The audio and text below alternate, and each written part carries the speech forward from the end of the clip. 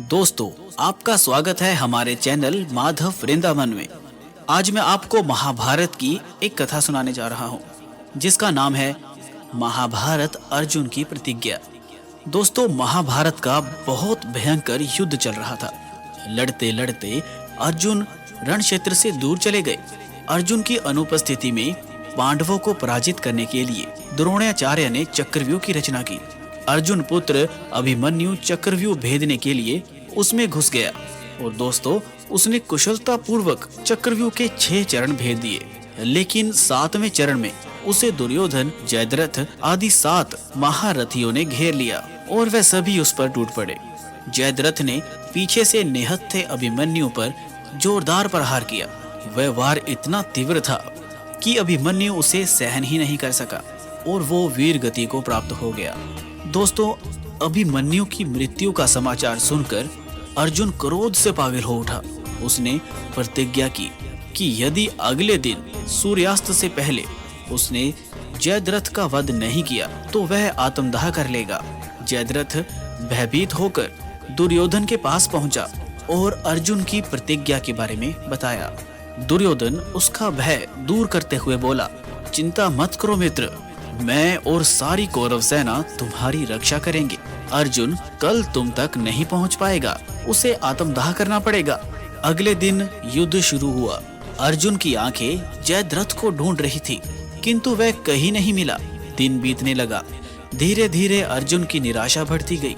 ये देख श्री कृष्ण बोले, पार्थ, समय बीत रहा है और कौरव सेना ने जयद्रथ को रक्षा कवच में घेर रखा है। अतः तुम शीघ्रता से कौरव सेना का संहार करते हुए अपने लक्ष्य की ओर बढ़ो।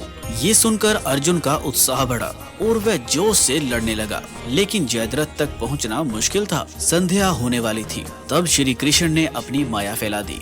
इसके फलस्वरूप सूर्य बादलों में छिप गया और संध्या का भ्रम उत्पन्न हो गया। संध्या हो गई है और अर्जुन को प्रतिज्ञावश आत्मदाह करना होगा। ये सोचकर जयद्रथ और दुर्योधन खुशी से उछल पड़े। अर्जुन को आत्मदाह करते देखने के लिए जयद्रथ कौरवों की सेना के आगे आकर अट्टहास करने लगा। जयद्रथ को देखकर श्री कृष्ण बोले, पार्थ, तुम्हारा शत्रु तुम्हारे सामने खड़ा है। उठाओ अपना धनुष और वध कर दो इसका। वे देखो, अभी सूर्यास्त नहीं हुआ है। ये कहकर उन्होंने अपनी माया समेट ली।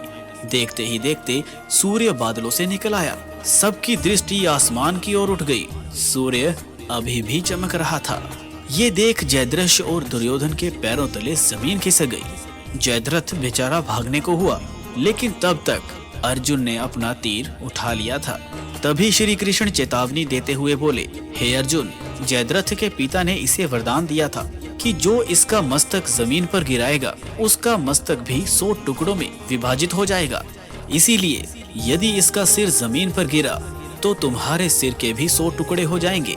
हे पार्थ, उत्तर दिशा में यहाँ से 100 योजन की दूरी पर जयद्रथ का पिता तप कर रहा है। तुम इसका मस्तक ऐसे काटो कि वह उसके पिता की गोद में जाकर गिरे। अर्जुन ने श्री कृष्ण की ये चेतावनी ध्यान से सुनी और अपने लक्ष्य की ओर ध्यान कर बाण छोड़ दिया।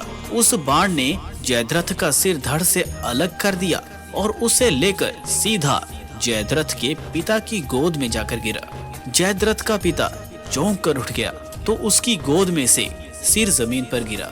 सिर के जमीन पर गिरते ही उनके सिर के भी 100 टुकड़े हो गए। इस प्रकार अर्जुन की प्रतिज्ञा पूरी हुई। दोस्तों, उम्मीद है कि आपको ये कथा अच्छी लगी होगी। आप हमारे चैनल को सब्सक्राइब कर लीजिए। हम इसी तरह की कथा कहानियाँ यहाँ पर अपलोड करते रहते हैं। यहाँ तक बने रहने के लिए धन्यवाद।